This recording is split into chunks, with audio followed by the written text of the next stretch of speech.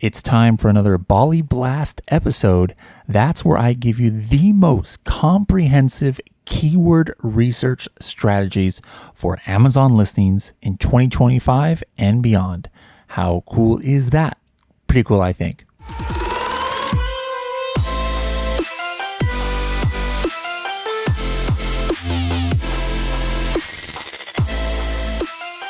Hello, everybody, and welcome to another episode of the Serious Sellers Podcast by Helium 10. I'm your host, Bradley Sutton, and this is the show that's a completely BS-free, unscripted, and unrehearsed, organic conversation about serious strategies for serious sellers of any level in the e-commerce world.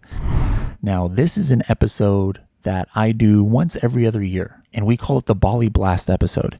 The first time I did this episode, I was recording in Bali, and I wanted to come up with some unique name for SEO purposes so that somebody could just write, in YouTube or somewhere, Helium 10 Bali Blast. And then obviously only this video would show up. I'm not in Bali right now, but I am in Indonesia. I'm actually in Jakarta, Indonesia. So I'm still going to call this the Bali Blast episode so that you guys can find this and bookmark it later. But basically what this is a deep dive into every aspect of what you should be doing for keyword research for a new listing, or perhaps to refresh a listing.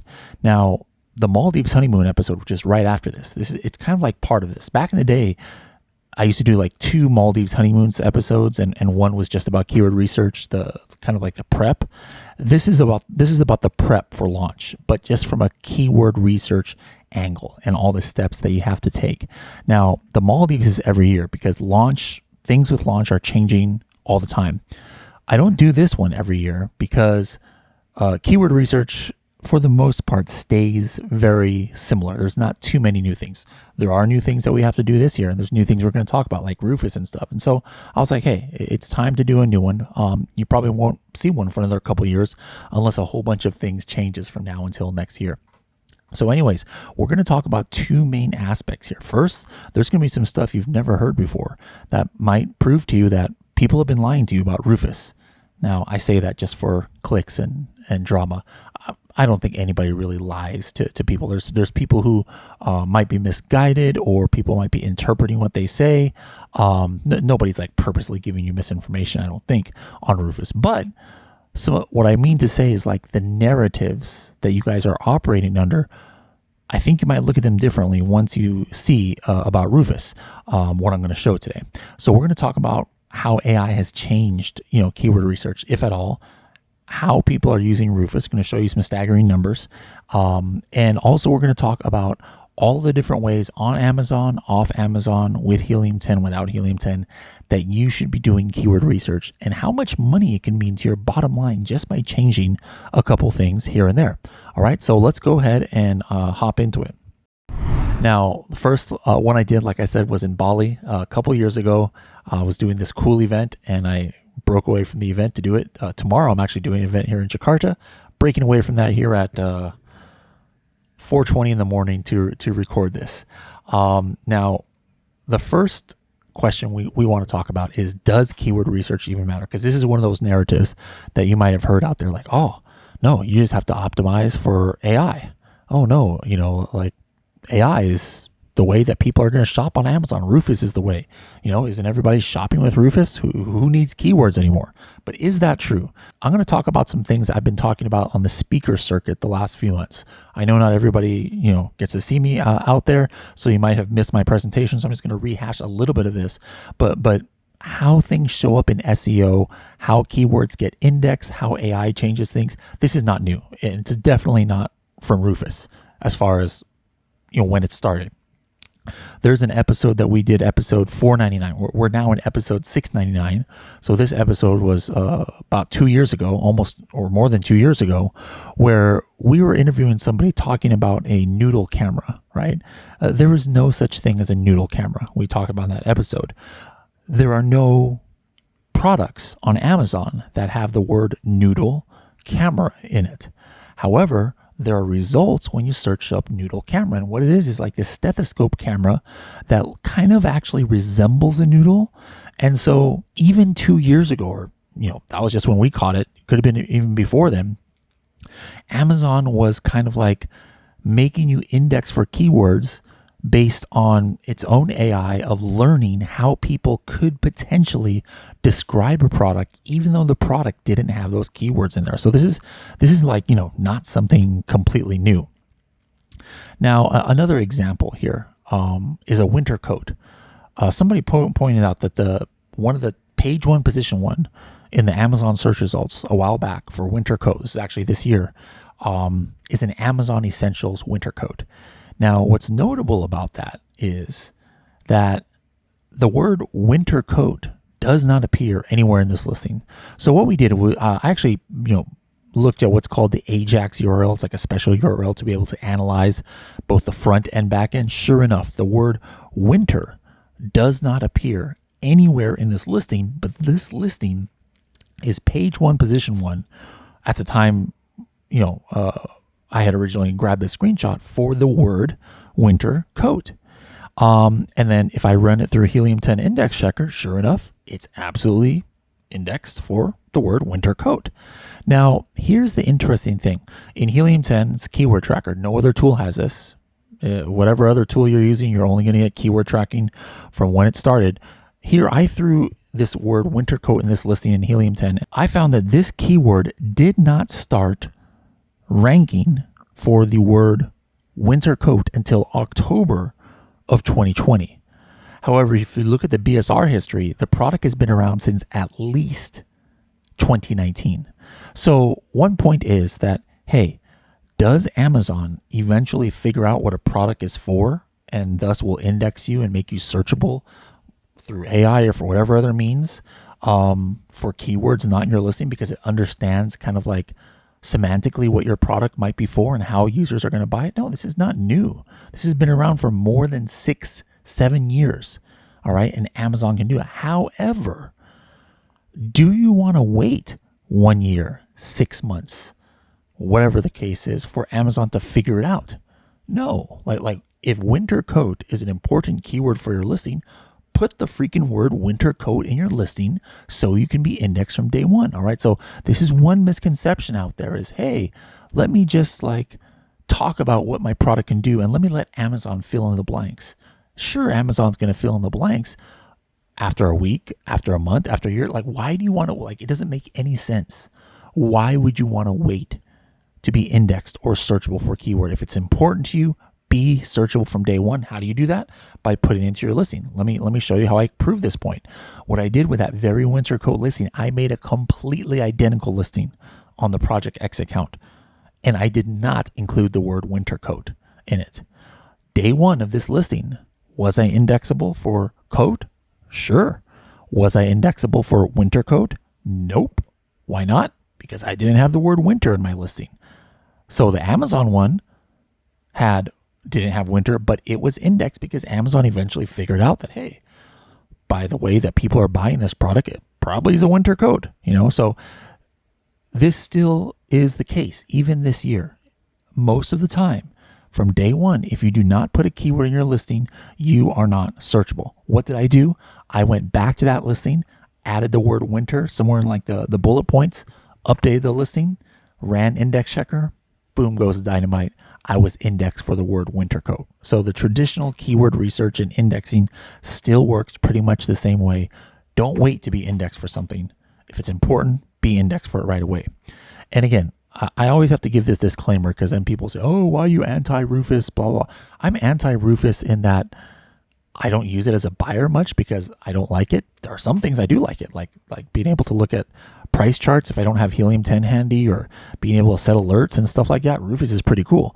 But for searching, yeah, I don't like Rufus. But again, I am not anti-Rufus from an Amazon seller standpoint. You absolutely should be optimizing for Rufus. All right. My point that I'm going to make here is it should not affect what you're doing for keyword research. How do I optimize for Rufus? What I do is I look at the questions that are showing up on my listing and I make sure my product has a good answer to it. Here's one example I'm showing on the page where it says how steady and durable in it. And the first time my coffin shelf, it says, oh, I'm sorry, product description doesn't mention durability. What did I do to optimize for Rufus? I added, hey, this is made of MDF wood, so it's very durable. 15 minutes later, what did Rufus say when I asked the same question? Oh, the description says it is sturdy and durable, right? So like that's a very actionable thing you can do for Rufus. It's something that I literally do. So I am not saying, oh, disregard Rufus altogether. Absolutely be optimizing your listing for Rufus, but this should not be in place of your keyword research. This to me is kind of like what we've always been doing for 10 years, analyzing reviews, trying to get customer pain points, making sure that customer reviews or customer questions are answered in our listing. Rufus is just another way to do that. Absolutely, you need to be doing that. Now, I had some theories about Rufus because Amazon hasn't really given out a lot of exact data about Rufus, right? We don't know how customers are using it. There's no search query performance for Rufus where we can see the number of times people are answering queries or how people are using Rufus. We have no idea. My theory has always been, hey, people might be using it similar to how I use it. They don't use it too much in search, is my theory, which I don't. I figured that, hey, they're probably using it, those who are, and I don't think it's that many people, on the actual product page itself, because it can do some pretty cool things like, hey, analyze the reviews, give me a summary of the reviews, let me ask follow-up questions about this product, that so I don't have to read the whole thing. What is the price history of this product? These are all things you couldn't have done before as a buyer, and now you can. So my theory was, okay, that's how people are using Rufus. So months ago, I ran a Helium 10 audience or PickFu survey, 50 Prime members. This is not some overarching survey, but I'm like, hey, did you guys, do you use Rufus? 76% said no. 8% said they use it with searching. That was actually a significant amount. 8% is pretty decent. But 16%, sure enough, said they use it on the product page itself. So not many people using it, but the ones who were using it in that small survey was on the product page itself. So again, kind of showing you this is not about SEO. Now, one of the ways that I was tracking before, I'm going to show you that it's not possible now. How was I tracking if people were using Rufus in search? Well, before, if you typed in a question or you hit one of the auto questions in the search results, at the end of Amazon's long kind of like explanation, they would give you like 4 or 5 keywords. And if you hit it, it would actually bring you to a search. Now before that, here's the one that's so hilarious where I used to make fun of Rufus. This is obviously not asking questions that are commonly asked, because it says here, are coffin shelves suitable for displaying memorabilia or keepsakes, right? Come on. Do you think my target market of Gothic people are searching for that? No. The people who are searching for the, coffin shelves have like, black makeup and eyeliner and nose rings, or I don't know, I'm stereotyping here, but you get the drift, right? They're not typing that. Now, the funny thing is, if I did type it in those days, what would come up is a few different keywords, and each of these keywords would actually take you to an Amazon search. This is not a Rufus search. It would literally put the keyword into the search bar. And so in this way, I could tell that almost nobody was using Rufus in the search and clicking this because, for example, on these keywords that it would come up with, my products would be at the top of the search results, but there would be 0 impressions for it in search query performance unless I did it. And search query performance, would show me that, hey, nobody's searching for this. Guess what, guys? Amazon figured that out. The last time I had done this was like 4 or 5 months ago. If you type right now, coffin shelf, and hit Rufus, it's funny. It's still saying, do you want to do something for memorabilia or keepsakes, which again, nobody's asking. So I don't know why it has that, but now it actually shows products at the end of it because it realized, hey, nobody's even searching these other keywords that we're doing. So again, Rufus, not for SEO, not for people are not using it necessarily too much in the search bar experience. So the question is, has it changed at all how people search? Because this is important. I think in the future, it's going to be used more and more as it gets refined. And guess what? I think it will change the way that people search. Now my theory is more, I think discovery commerce, if that's what we call it, or discovery purchasing is going to happen more directly on Amazon as opposed to ChatGPT or Google, where people don't know what they want and they're going to start having conversations with ChatGPT or Google trying to research something and then figure out what they want and then search. That's kind of like what's going on now. But in the future, if Rufus gets better, I think ChatGPT, Google is skipped. Somebody's going to do their research right in Rufus. But anyways, I digress. That's just my theory. I have no proof of that. But do we have documented facts of if buyer behavior has changed because of Rufus? I had our team, shout out to Ava on our Helium 10 Pack View team, who did a deep dive into thousands and thousands of keywords that we have in our search query performance database. The search query performance database is directly from Amazon. All right. This is not Helium 10 estimations or anything. We took the search data directly from Amazon. And the first thing we're checking, all right, has search volume changed? Why would I look at that? Well, search volume is only in search query performance is only if somebody types out a keyword and presses enter. Okay. If somebody goes to Amazon and is just going directly to Rufus to search, what should we see? If there's a drastic change in search, the search volume is going to go way down. So we analyzed thousands of keywords that we have at least 18 continuous months. Unfortunately, there's not much, we can't go back further from Amazon's API.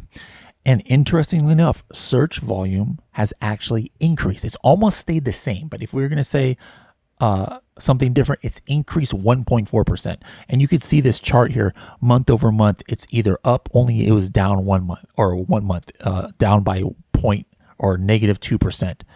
All right. Search volume 2024 versus 2025 has been almost identical.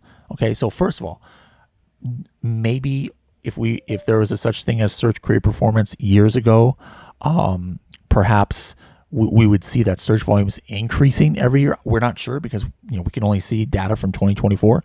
But the point is, hey, if 100,000 people were searching your product last year, guess what? 101,000 people are searching it this year. The same amount of people. So should you have taken away focus from keyword research and shifted it to Rufus? Absolutely not. The same amount of people are searching your product today than last year before Rufus existed, which was July of 2024 is when it had its big rollout. So again, you still have got to be doing the same stuff. You just add on the Rufus research. Okay. What's the second thing I checked? The number of clicks. Now, why would I check this? All right. Let's say there's a search volume, right? When is a click registered in search query performance? It's if somebody clicks on a sponsored product ad or a sponsor or an organic placement without interacting. All right. As soon as they hit a sponsored brand ad, there's no click. That click is not registered. If they hit one of the filters, now it's not registered. All right. Does that make sense? So I wanted to see, hey, my theory is that no, clicks are not affected too much, because I don't think that people are hitting Rufus. Like if people hit Rufus in after the search, now there's no more clicks. The clicks are not going to be counted. All right. So again, my theory was no, I don't think clicks have been changed too much. What did the data show? Clicks are actually up. All right. So the click-through rate is up. That was kind of interesting to me. The search volume was only up like 1%, but clicks are up over 5%. But again, the main point being, when July 2024 happened, there was not some big shift in the number of clicks that would happen that you would think would happen if all of a sudden people are not clicking products anymore after the search and instead they're going to Rufus. So again, more data that we have that no, in the search experience, people are not using Rufus that much. The number of clicks compared to search volume is kind of like the click-through rate. All right. Now, interestingly, it's not the same pattern as we saw with the clicks. The clicks were going up.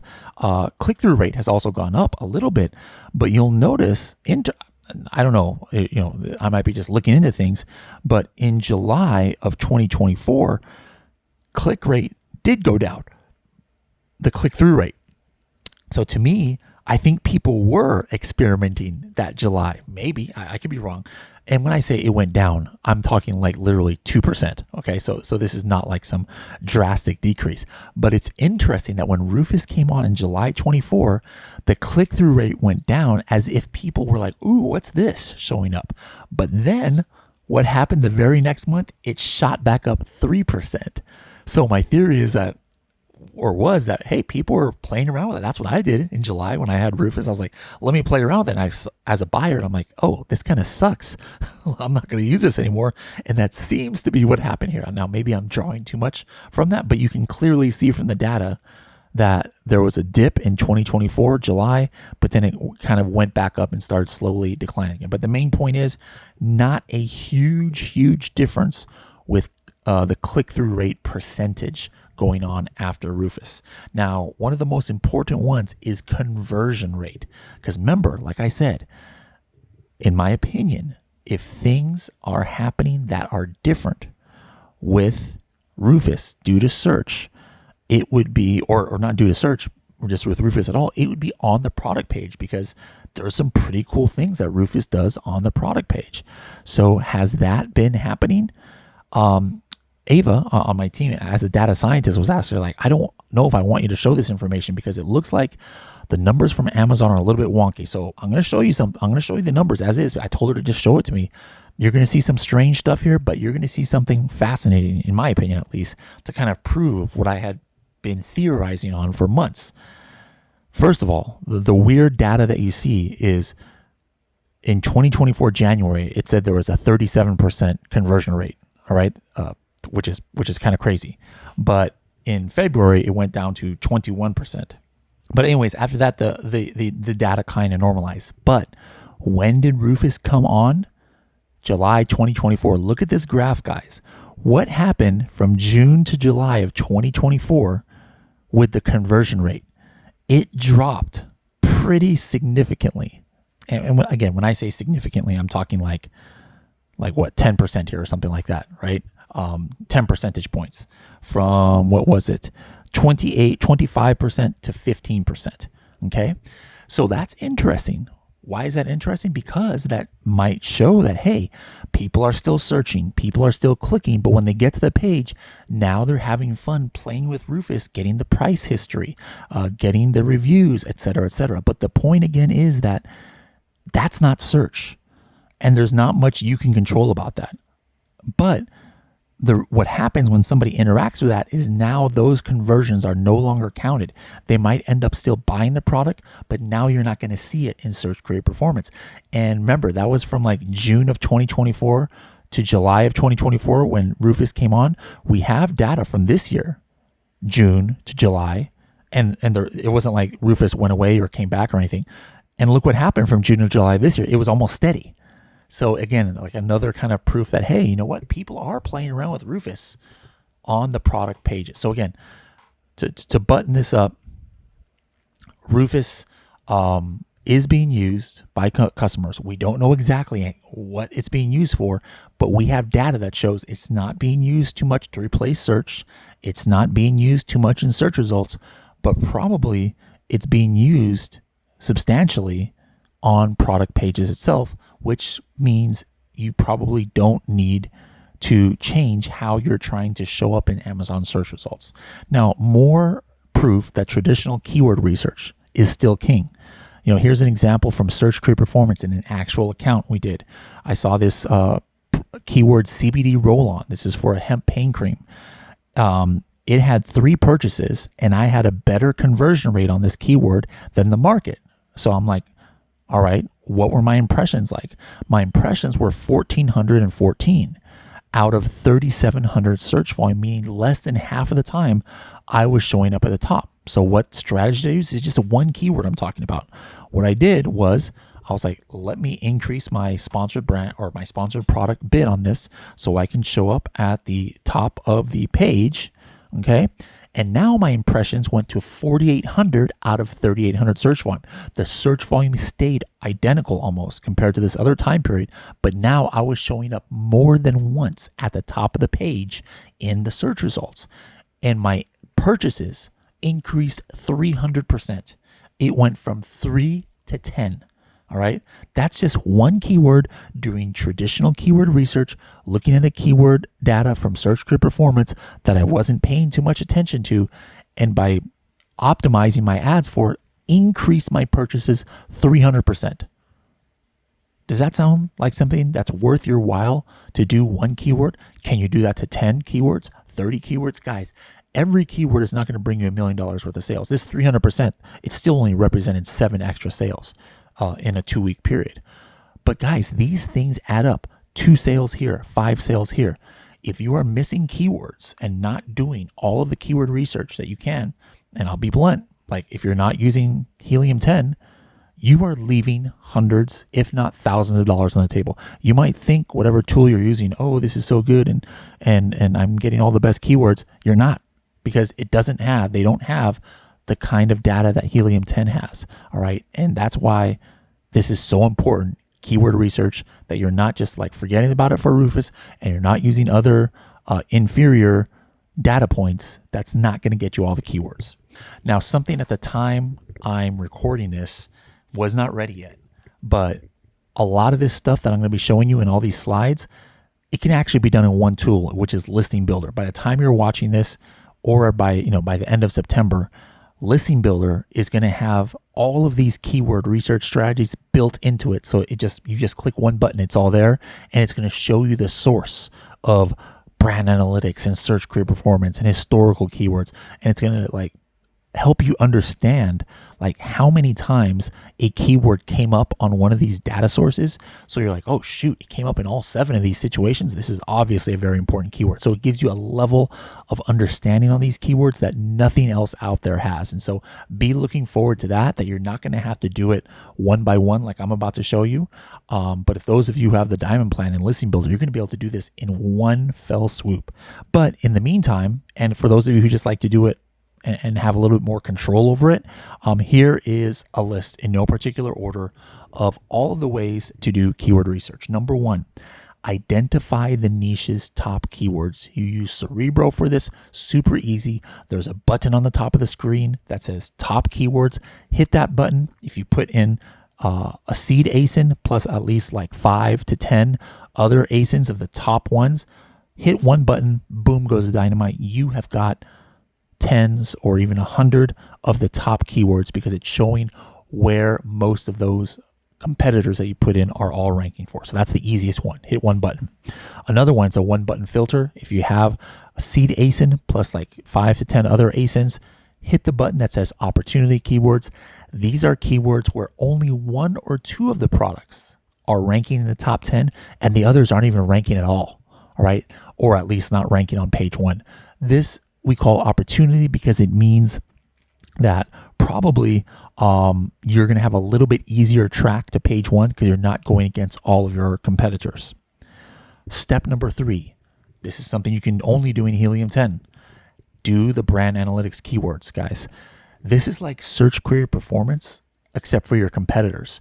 So put your ASIN, if you have an ASIN that's similar to the one you're doing, or if you're just optimizing your own ASIN, plus 5, 10 of your top competitors, run it through multiple weeks. Don't do the months, do weeks. Put 10 weeks, 12 weeks, whatever, so that we are checking, number 1, anywhere where any of these products were one of the top 3 clicked. That might give you a list that's a little bit too big. If you're looking for something super actionable, there is a advanced filter in the brand analytics. This is again in black box where it says conversion share, select inputted ASINs, and then greater than 1%. What does that mean? This is Amazon telling you, hey, these products actually got sales from these keywords in this week. That's what that is. People don't realize that oh, Search Grid Performance, I can only see what I'm doing. In brand analytics, you can see what any competitor has done if they were one of the top 3 clicked. And now the reason why this is important is half the keywords that a product is one of the top 3 clicked for, it might have not even gotten a sale that whole week. So is it really that valuable? It's kind of debatable. But if they got a sale for the keyword, that means their conversion share is at least 1%. That's a pretty good keyword if they got a sale from it. Helium 10 is the only tool that can do this black box brand analytics. This is going to get you a gold mine of keywords. Next, let's just completely switch gears. Check off Amazon keywords, especially when there's not much Amazon history. Like if nobody has this product on Amazon, or like only one seller who kind of sucks, and you're like, I don't even know where I can find keywords, check if the listing is on Etsy. If the product is on Etsy, find a good seller and then go to the bottom and look at the explore related searches bar. That's actually like the back end search terms of an Etsy listing. That is an Etsy seller, and that is a prompt. Like where they get those keywords, they're putting what their top keywords are. And Etsy is exposing that to the public. So whatever the seller thinks is the top keywords based on their own research or their own advertising data or whatever, they're actually showing you what that is. So you can just, get some good keyword ideas on there. Step number 5, find the historical keywords. You can only do this with Helium 10, guys. What I like to do is, hey, let me find a couple of months where there was a big increase in sales, right? And then let me go to that month in history. And this is important, especially for seasonal products or any other product, like Christmas products or Valentine's Day products. Right now that I'm recording this, it's September. Am I going to be able to use a reverse ASIN tool, Cerebro, or any other tool out there that is going to be able to tell me what are the best converting keywords for Valentine's Day for a Valentine's Day product? Probably not. But I just look, what was a top selling Valentine's Day product in February of 2025, February of 2024, and I take a time machine using Cerebro by hitting the historical trends button, and now I'm going to go and see what all the keywords they were ranking for and advertising for in whatever month I am looking at. Super, super valuable. You're only gonna get this in Helium 10. And guys, there are keywords that can get you sales that maybe you would never even put in your listing because you are doing your keyword research using other tools or even Helium 10 because you don't know how to use this historical trends feature where you're using these functions that are only looking at where the product is ranking at now. But where the product is ranking in September, guys, it's not the same exact keywords of where they're getting sales from in March or in April or in June of 2023. But guess what? You can do that research in Helium 10. Number 6, use the best search query performance keywords. So the way to do that, go to Helium 10 Search Query Analyzer tool. Again, use the month one, not the week one, but check multiple months. Don't just look at 1 month, look at 12 months, look at 15 months, look at multiple products. Now, this is if you have a product that you're launching that's very similar to another one, or if you're just like doing research on your own product, you're trying to re-optimize your listing. This is, if you've never sold a coffin shelf, you're not going to be able to use search query performance for this. All right. Hope that makes sense. But anyways, select like 10, 12, 15 months in a row right there in search query performance. And then what you can do is the advanced filter. There's one for my purchases, put minimum 1. And now instantly, like I can't believe this. Here's a bat-shaped bath mat that I've been selling. There's 94 different keywords that I have gotten sales from. And I barely got sales on this product at all. And some of these keywords are kind of like off the wall, like Gothic shower curtain. What in the actual heck? How in the world am I getting sales on a bath mat with Gothic shower curtain? Well, guess what? People are searching Gothic shower curtain. They're like, hey, this bat-shaped bath mat would look good next to my Gothic shower curtain. Let me go ahead and purchase this. And so now I know that that's relevant. All right. Search query performance, a great way to get keywords. Make sure you are doing it. Step number 7, you can reverse engineer your competitor PPC or ad strategy. One way you can do that is by running Cerebro on their listing. First of all, if they show auto keywords, what am I saying? First of all, if they show that there's only maybe 10 or 15 keywords that they have been detected in sponsored ads, their entire PPC strategy, because it means they're only doing an exact manual campaign and those are the keywords they're targeting. They're obviously not running an auto, broad, or phrase. Otherwise, there would be hundreds of keywords that should be showing up. So, but even if they do have hundreds of keywords showing up in their advertising, use the Helium 10 filter to say, hey, show me where they're showing up in the top 5 or top 10 results. So now I know, hey, they're bidding high on top of search. They're bidding to be on page 1. If they're consistently showing up on page 1 in sponsored ads, they got to be keeping that bid pretty high. And if they're keeping that bid high, what?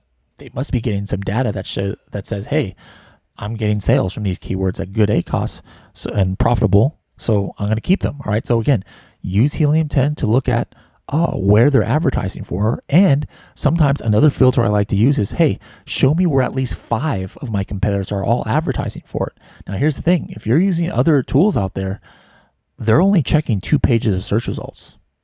You're not going to see what is going to happen on page 3, 4, 5, 6, or 7.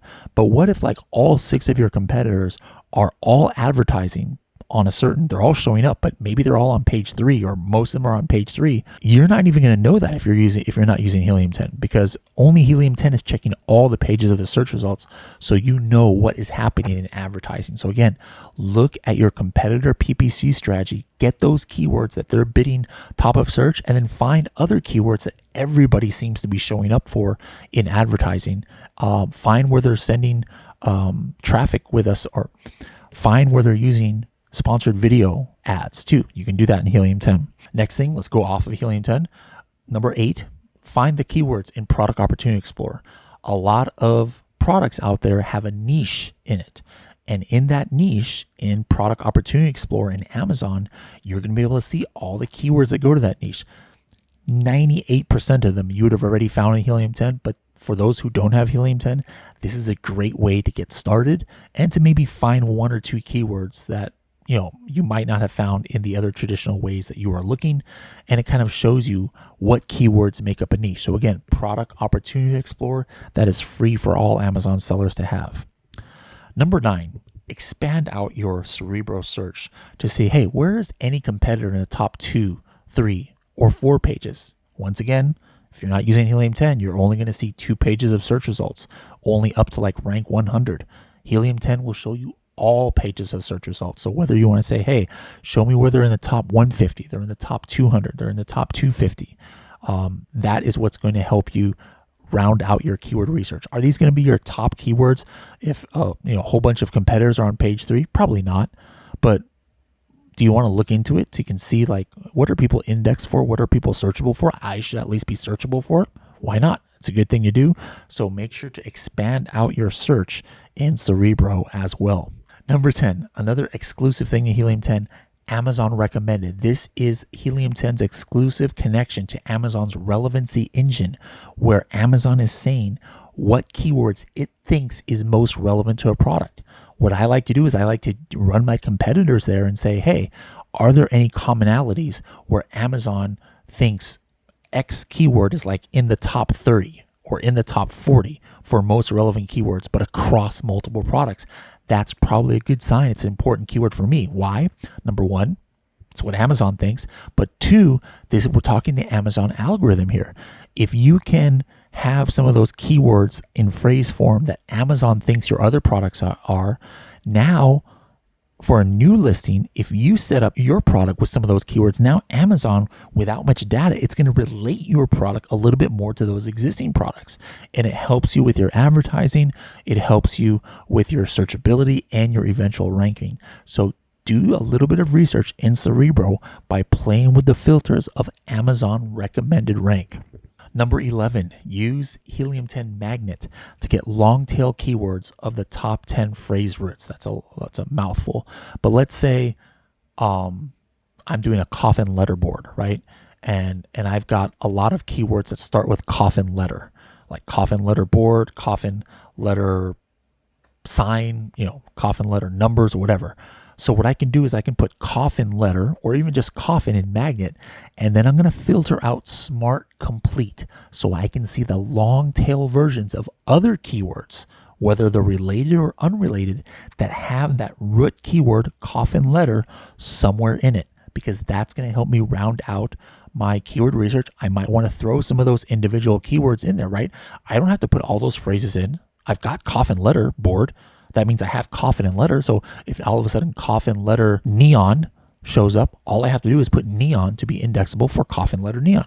So again, this is something that helps me round out my keyword research. It's not something that's going to get me hundreds of sales, but it helps me to be indexable or searchable for more variations of some of my main parts of my main keywords. Number 12, Get the top keywords from the top frequently bought together products.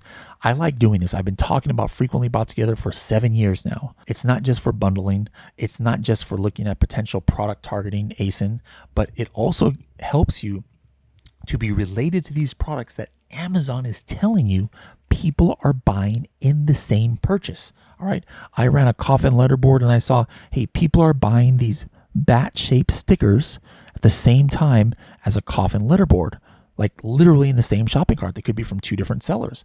But now what I want to do is I want to be searchable for like the top 2 or 3 keywords that people are using for the bat-shaped stickers. Because first of all, if I start targeting that in PPC, I'm going to start showing up right away. All right, Amazon's going to relate my product. And then who knows, like I'm going to have a little bit more synergy with some of these listings for when people, see different ads on product targeting, or, when they get suggested from Amazon different products. I'm going to start showing up in these scenarios because Amazon is going to relate my product a little bit more to the others, because I'm going to be searchable for its main keywords, where probably my competitors are not putting the keyword bat-shaped sticker in their coffin letterboard listing, because they're like, well, what does my product have to do with a bat-shaped sticker? No. So I'm going to be the only one with that keyword in my listing. It's going to make it a lot easier for me to get some complementary sales from that product. Last one for keyword research, and I know I'm probably missing, a couple things here, but this covers like 95% of the important stuff. Last thing is, if you've got more than 10 relevant Spanish keywords, Cerebro is going to find you those Spanish keywords. Check the translation to see if they're in phrase form.